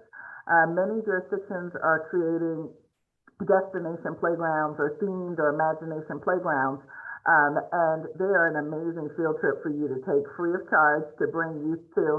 Our pools, all sorts of amenities, but also you can partner with us to deliver a well-rounded program for the summer. I know during the COVID, when we had virtual learning, we actually worked with many service providers to do virtual learning at our rec centers. We don't have the expertise as far as education is concerned, so we look for partners. So I would say talk to your local Recreation and Parks Department. The time is now, though, because time's running out for summer. Absolutely. We're all on the clock. And again, as we think about summer learning and the opportunities before us, obviously there's the typical summer programming with schools and the remediation aspect, credit recovery and the things of the like.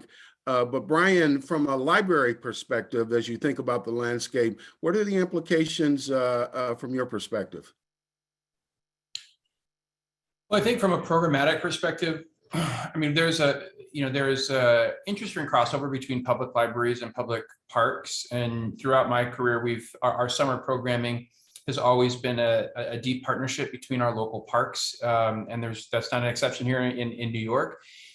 What I think is wonderful about these two arenas is that we are here in our communities deeply embedded, and we're also here year round. And so while the summer months for us, and I know for our parks partners, end up shifting our programming a bit in terms of the out of school time being all the time, we are full of really impactful programs that can support combating learning loss, but as well as supporting learning gains. But the way in which we do that looks very different than what you would see in a traditional after-school program or even in like summer school, those kinds of things. Those programs consist of high-quality STEM activities where kids can learn and play with science. Discovery activities, certainly there's a lot of reading involved and the stamping of the number of pages and books that kids have read. Here in New York, we have a history of doing large book giveaways. We know that age-appropriate books in the home, especially for younger kids, is directly linked to their readiness for kindergarten in particular, but age-appropriate books in general for children who are living at or below poverty are one of the, we have these book deserts where, you think about everybody having access to books, but actually that isn't the case. And so the library does both lending as well as large-scale book giveaways. So it's a long way of saying, I think for us as we look at this issue, it really is how do we, provide engaging entry points for kids to learn on their own terms in the summer months, and it isn't just about reading, it's about a whole complement. I mean, I'm curious, Eric, I know a lot of the people who fund our programming in public libraries are more legacy funders that underwrite, and public libraries haven't done as good of a job in getting into some of the big funding opportunities that have been released. I think we often think of ourselves as not being qualified for that because it's geared towards schools. I'm just curious for those who are in the less informal learning arenas, whether it's libraries, parks, or others, Eric, how they might find their place within there. Is there a good resource that you would point to for peers to libraries and parks and others to look to? Eric? Yeah, no, it's a great question. I will drop it, and I believe we have links that are going to be posted in the chat. Some of the resources on our site around American Rescue Plan funding, but also there's a site called helpkidsrecover.org that we coordinate with a number of other national entities that really kind of talks through and navigates that. Also post another one that's just a Word doc, but that has a lot of the funding streams with examples of how different entities like libraries or parks and recs have been able to certainly for a lot of the funding streams, including the district level funds, it really is about the partnership piece because a lot of those fund things like Title I Part A funds, those directly go to school districts. But things like 21st Century Community Learning Center, it's about, that's again, as Aaron mentioned, it's about 1.1 billion a year, 1.3 now billion a year. About 5% of those 10,000 grantees nationally are libraries, and Park and Rec is a little higher than that. But the majority of those are also school districts, so they definitely have, an advantage in that sense. But nonprofit organizations, faith-based organizations, private organizations, charter schools, there's a wide range for that funding stream that are eligible. I would say also on the American Rescue Plan funding, the best bet for libraries and Parks and Rec and other entities like that really is, as Rosalind mentioned, through that municipality funding. So the funding that goes to every county and every city got a portion of funds that can be used for specifically, we've seen a lot of examples of Park and Rec funding, but also library systems that are run by counties or cities being able to do reading programs, literacy programs, youth jobs programs in libraries and Park and Rec. So there's a lot of good. National League of Cities is a great resource as well. They have a tracker with showing how a lot of those funds are being used to support youth programs. And always, I'm a resource, always happy to help connect folks that are struggling with how to navigate that. It's a lot to navigate. Absolutely. Yep. I'm just wondering if any of our other panelists have any ideas about access to new funding streams. Again, $30 billion is a lot of money, the federal investment, if you will, but there are also other opportunities. Eric has mentioned several, but just want to give you the other panelists an opportunity to respond to that question. Brian, again, from your perspective with the libraries in New York, any other funding opportunities or access to funding that you can think of? Yeah, I mean, I think for us, some of the the logical places that we have gone and will continue to go to are the legacy funders for our out of school time. We have in New York City, and this is the case in many of the larger urban library systems, we have a pretty strong track record of working with local corporate partners.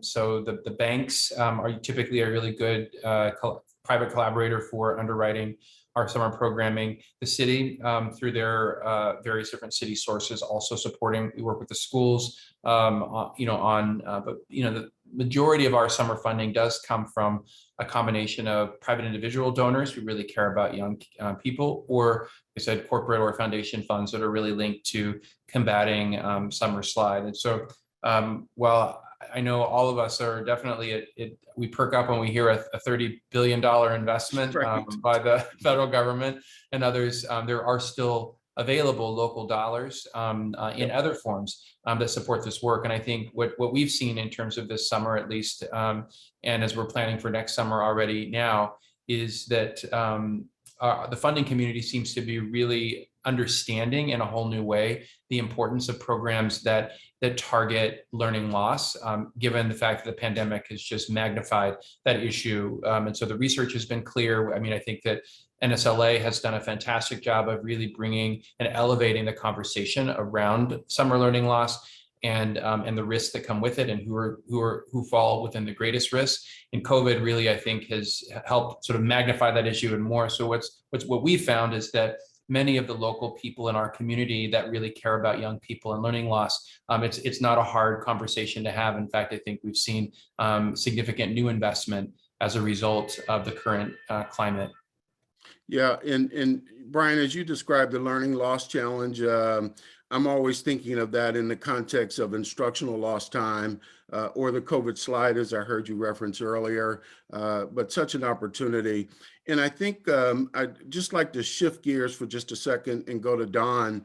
And maybe Don, just to get your perspective on how do you think school districts and community-based organizations might work together to leverage and amplify funding in programs, thinking about it from the state perspective?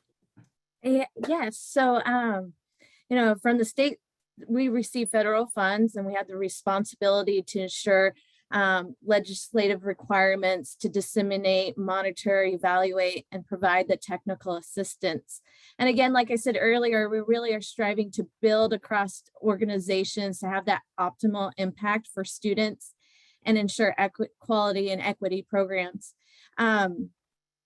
Being that I'm new in my role as a summer coordinator, I come with a lot of expertise and background knowledge from 21st CCLC, and it really focuses on academics, youth development, family engagement, the safe and accessible summer meals. So we provide guidance and support and assistance to the field.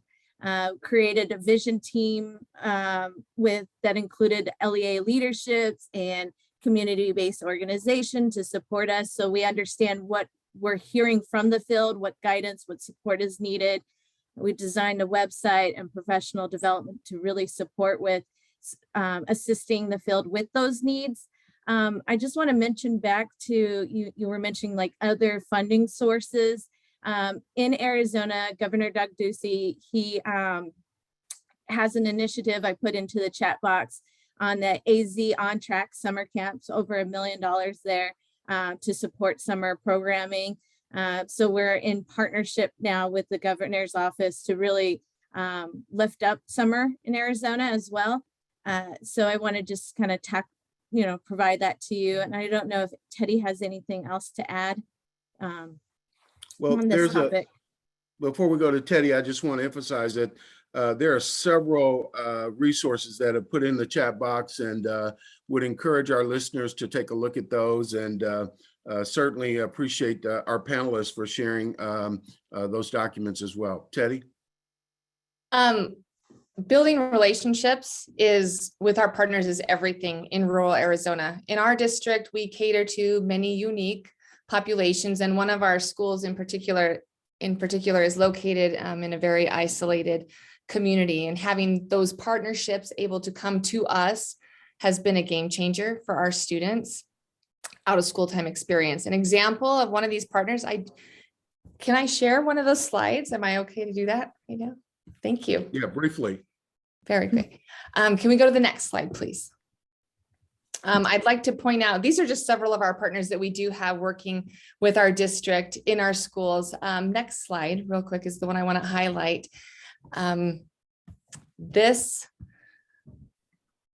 These are just some great pictures of our students working with our partners. One of the partnerships I do want to talk about is our experience with Verde Valley Wheel Fund. This partnership is something that we've had for about 5 years now, and all the mountain bike coaches that we have are coming into our schools and volunteering their time to teach these kids how to mountain bike in all of our schools. Next slide, and I'll just show you this brief video of what this organization is doing for us. This is Phoenix Magazine actually came up to one of our bike camps and featured our after school program and our out of school time program with them. And that's what this is right here. So if you do have time, take a look at that video. The empowerment and the confidence that riding bikes has given to these students goes with them into other aspects of their life. We get the opportunity to work with these kids on the ground, and we have students come to us for these clubs that have never ridden a bike before in their life. And then by the time they are a year into the program, they are out riding miles and miles with these biking coaches. We have kids that now if you ask them what they want to do when they grow up, they want to engineer bikes and work for Trek. And so our out of school time programs are giving these kids opportunities. And it's not just the kids that this is doing amazing things for. This brings our communities together. This does so much for the adults involved. So yeah, thank you. Great, great, great. Thanks, Teddy. And I think just listening to you and Don and your description of some of the work going on, unique to Arizona, but I think more with a national perspective. And that's just the reminder that summer school in its traditional sense of remediation and credit recovery is not the same as youth development, academic support, and enrichment that can really help students and families as they move forward, especially in light of the pandemic and the crisis that we've undergone the last couple of years. A question for all of you that I'd just like for you to weigh in on, you know, because I think it's important to be reminded for our audience and all of us that this unprecedented investment, that if we don't think about that in a way of being accountable for it and being intentional about thinking about that in advance of the strategies and actions and activities that we take, I think it could be an embarrassment for all of us and perhaps a big waste. And so to preclude that, I'd be interested in hearing from you in terms of what you think should be tracked and documented to show policymakers that the investment was worth it and that it matters. And Rosalind, I'd go to you first. You know, from Parks and Rec's perspective, what do you think in terms of Parks and Recs, in terms of what should be tracked and documented to demonstrate the value of the investment? Absolutely. Thank you for the question. So a couple of things. During COVID, thank you to Google Mobility COVID-19 data, we were able to determine how many more people were using our parks. We determined, at least in Baltimore County, thanks to this data, that we had a 224% increase in park usership. That's some of the largest in our state.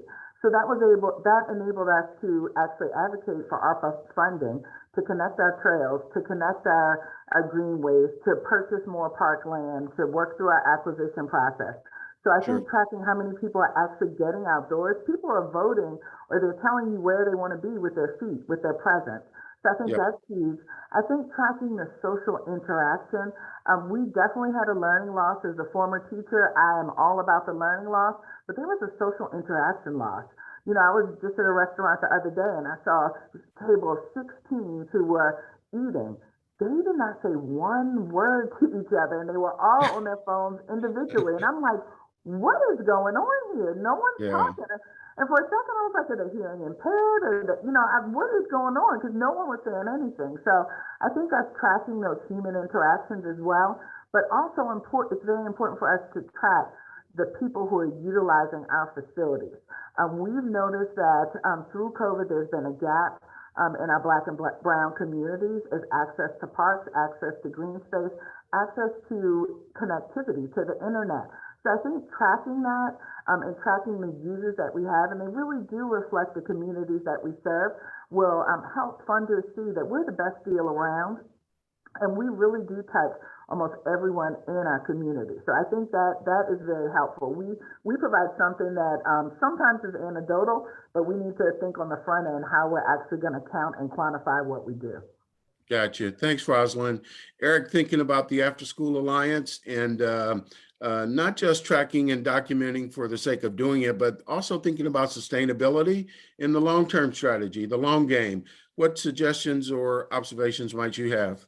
Yeah, after the American Rescue Plan was signed into law March 11th last year, 2021, I'd say within a week, we were already starting to think about, okay, how can we make sure these investments continue? And sustaining those funds is key. And as you mentioned, a big part of that is using the money in a way that's effective, getting not just academic, but the other really important young people as well, and documenting that. So some of the data that at least the state level funding for summer and after school that is going out from state education agencies and a number of about 30 states that are doing grant programs. They're all doing evaluations And they're looking at number of students who participate, the demographics of those students.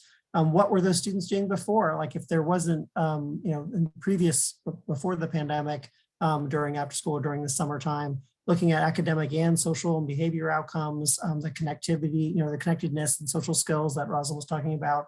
Attendance, is key both in the program, but also how does that relate to school day attendance, and a wide range of other factors, but also the anecdotes, like from an advocacy perspective, which is what I do, working on the Hill, it's being able to tell the story. So capturing those stories on what the effect is on families, on the students, on the staff too, and educators, and really also tracking the new partnerships that we're talking about. Were these funds able to create programs in communities that never had access to a program before? Were they able to forge new partnerships that will carry on and be able to find additional support as well? And also, honestly, looking at how the funds are used in a comprehensive way, again, that reflects those partnerships, reflects the key outcomes.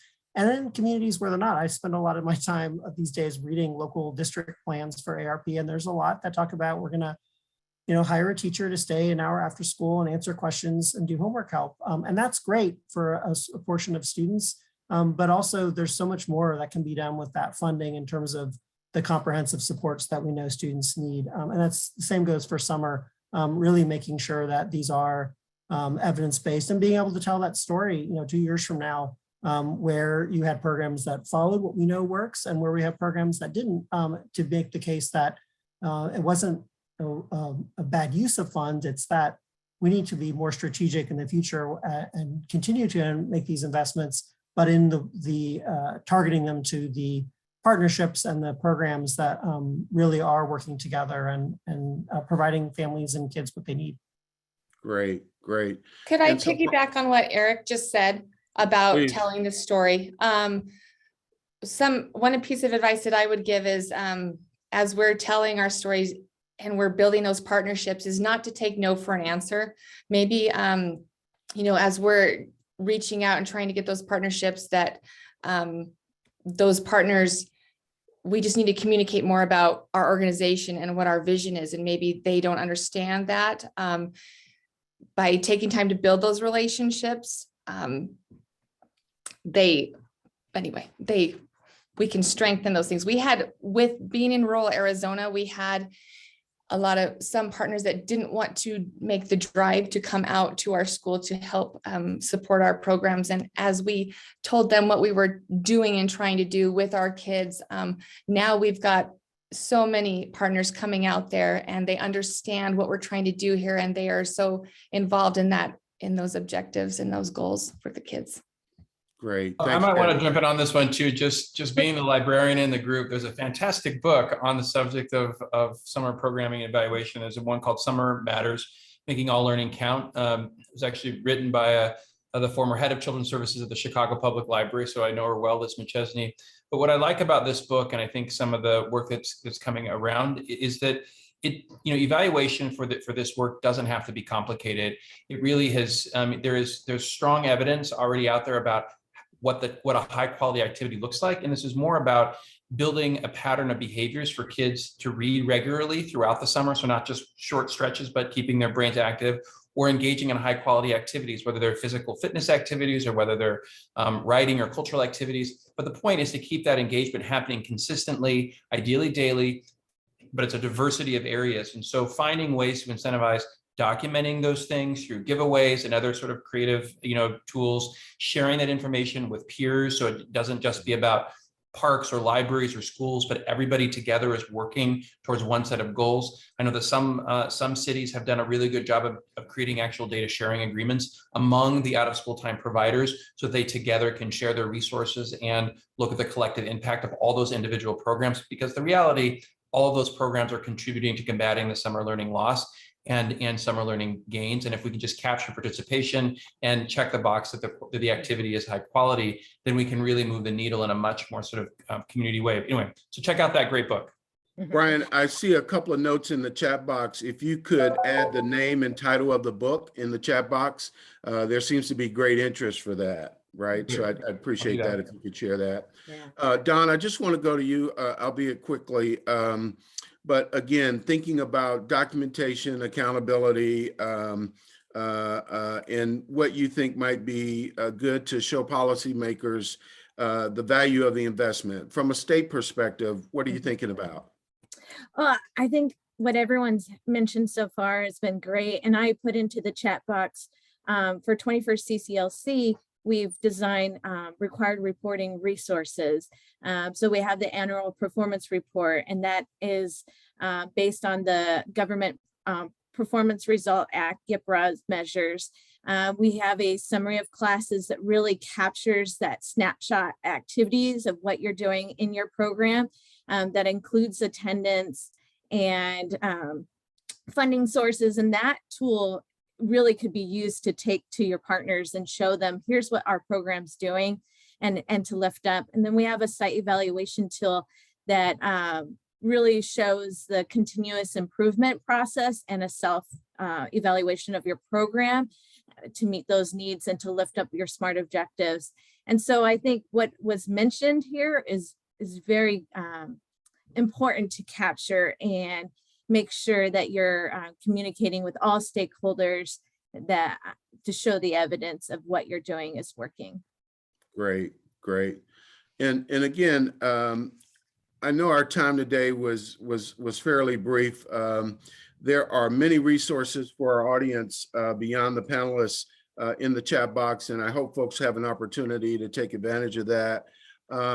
As we come to a close in the time that we have allocated today, I just would like to give each of you an opportunity to think about and reflect on what's one last thing that you'd like to maybe share with state agencies or prospective partners about the summer learning work and an opportunity to engage. But just thinking broadly, any tips or suggestions, a final thought that you'd like to leave folks to think about? Rosalind, we'll start with you.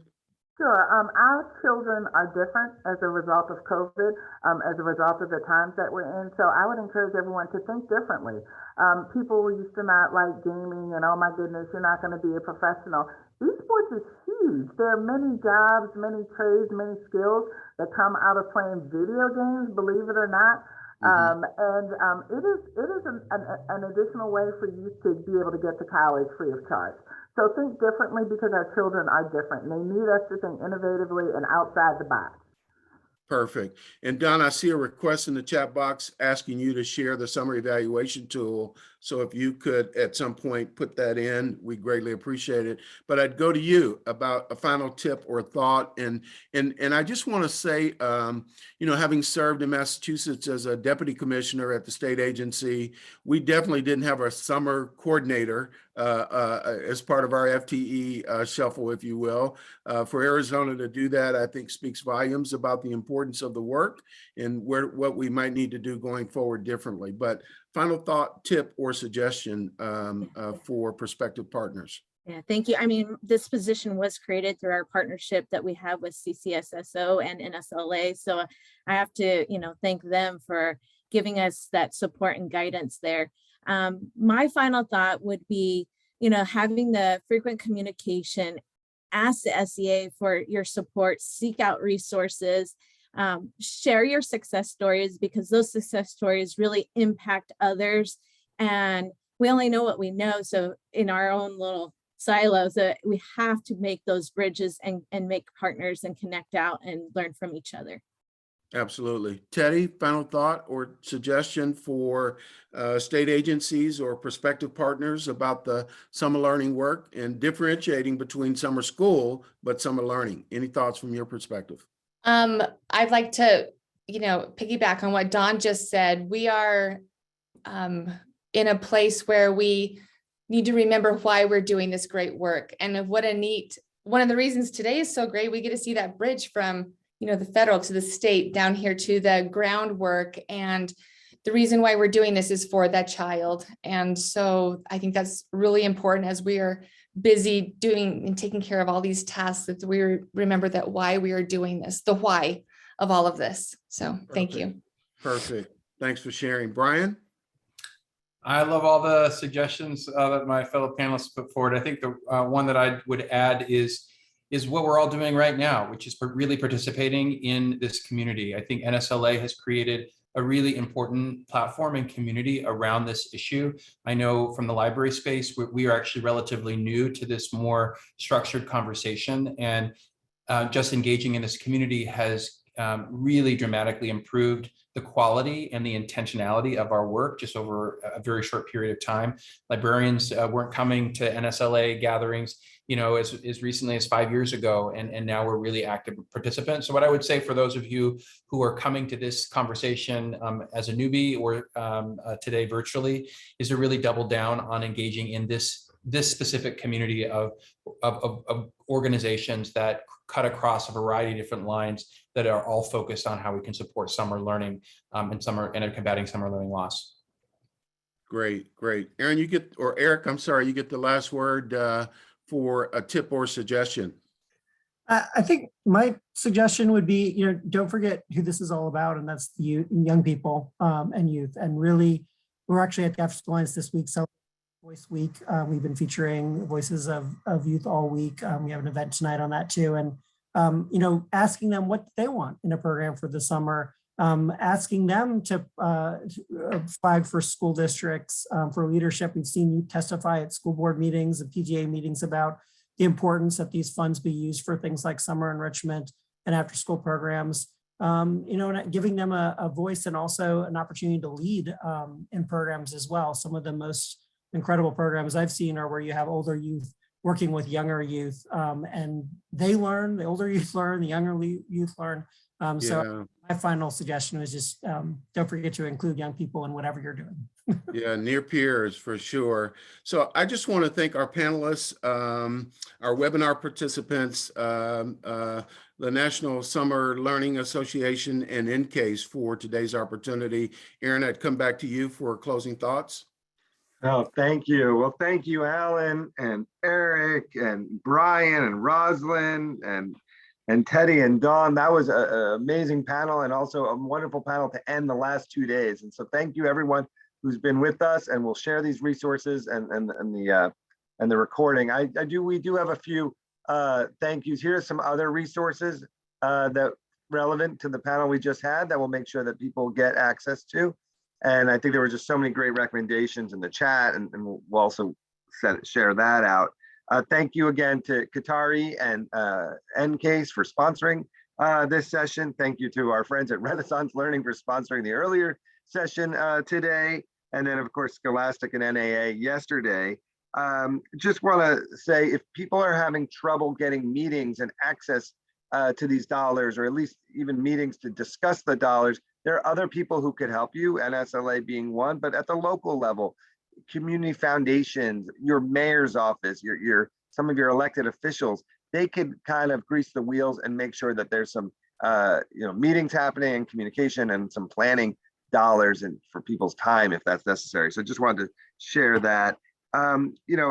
We've talked about so many different things this summer, to get ready for this summer.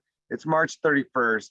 We have this unique opportunity. We have this unique need, and we have this unique opportunity. And we really need leaders to connect the dots and match them up, these opportunities where, we have so many artificial silos in the world of education and youth development, that one of the great kind of silver linings of COVID is that people have been able to kind of poke their head outside and work cross domains and come together for the benefit of kids. Here's some of the opportunities we still have coming up. Another plug reminder, if you have a program, please go on discoversummer.org and enter it. There's a way for you to kind of get it listed. So we're going to be promoting those across the country through our national media campaign. So we hope you will do that. If you go back to the next opportunities, again, if you need help, if you're doing training, if you're by yourself and you're stranded, our program team, our army of field consultants stand ready to help you. So please reach out to NSLA and we can help you if you need extra support. And then again, if you're running your program, National Summer Learning Week, you heard it from Secretary Cardona at the start of today in his recording message about how he wants to celebrate this. So he may come to some programs and celebrate National Summer Learning Week in a big way. It's a chance to show people what are we getting for this dollars? and what is the real impact of kids, not beyond words. Let people come and see it in action. And then again, we'd love to reconvene people in real life, in real person, in 3D in Washington, D.C., October 24th to 26th.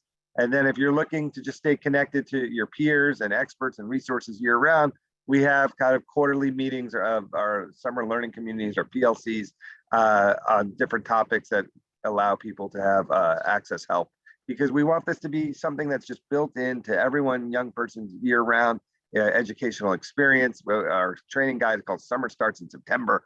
We know it's March. We know this is when people really are planning, but we want this to be built into the full strategy and not be a kind of an emergency thought or a last thought. Oh, we have a few bucks.